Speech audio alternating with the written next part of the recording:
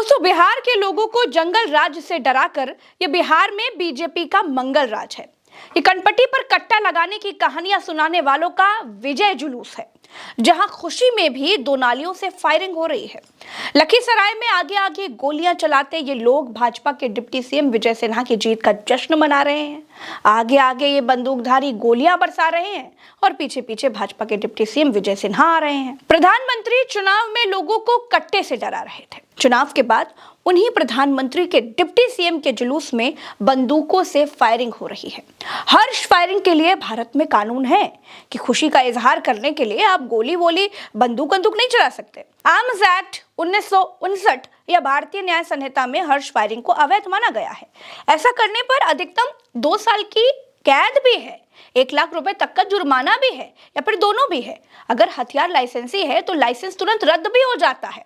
अवैध हथियार के मामले में सजा और भी कड़ी हो जाती है, जैसे उम्र कैद भी हो सकती है।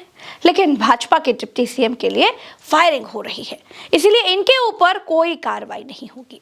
कानून भाजपा नेताओं के आगे घुटने टेक देता है और आजम खान जैसे लोगों को बकरी चोरी, मुर्गी चोरी के आरोपों में भी जेल में सड़ा देता है।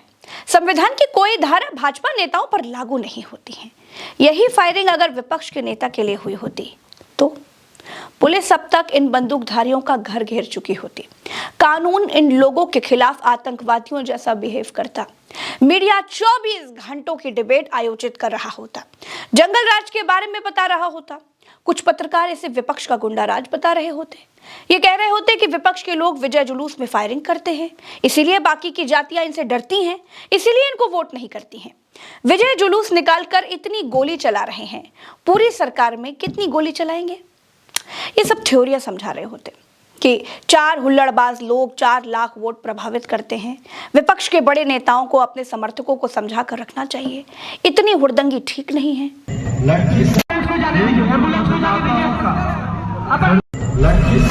दोस्तों, विजय सिन्हा ही वो डिप्टी सीएम हैं जो चुनाव से पहले अपने ऊपर गोबर फेंकने वाले वोटरों के ऊपर अपने बॉडीगार्ड से गोली चलाने के लिए कह रहे थे, और अब इनके जुलूस में गोलियां चल रही हैं।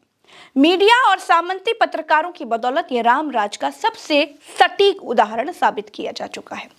इस पर प्रोफेसर लक्ष्मण यादव कहते हैं कि बिहार के डिप्टी सीएम विजय सिन्हा के स्वागत में दुनाली चली।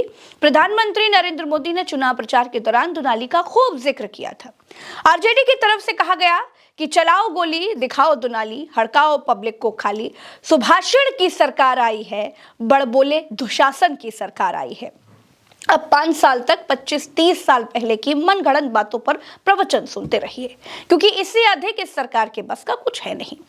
दोस्तों, भाजपा नेताओं के लिए कानून जूतों की नोक पर है। बिहार में भाजपा को पावर मिलते ही गरीबों के घरों पर बुलडोजर चलने लगे हैं। पिछले 20 साल से जो घर वैध थे, जनता ने जैसे ही भाजपा के हाथ मजबूत किए, वहीं वो घर अवैध हो गए। कहते हैं 1200 माफियाओं की पहचान हो गई है। पिछले 20 साल से ये लोग किसी को नहीं चिन्ह पा रहे थे, अब माफिया पहचान रहे हैं। ये माफिया पहचानने वाले सब वही हैं जिनको अनंत सिंह के भीतर देवता दिखाई देता है।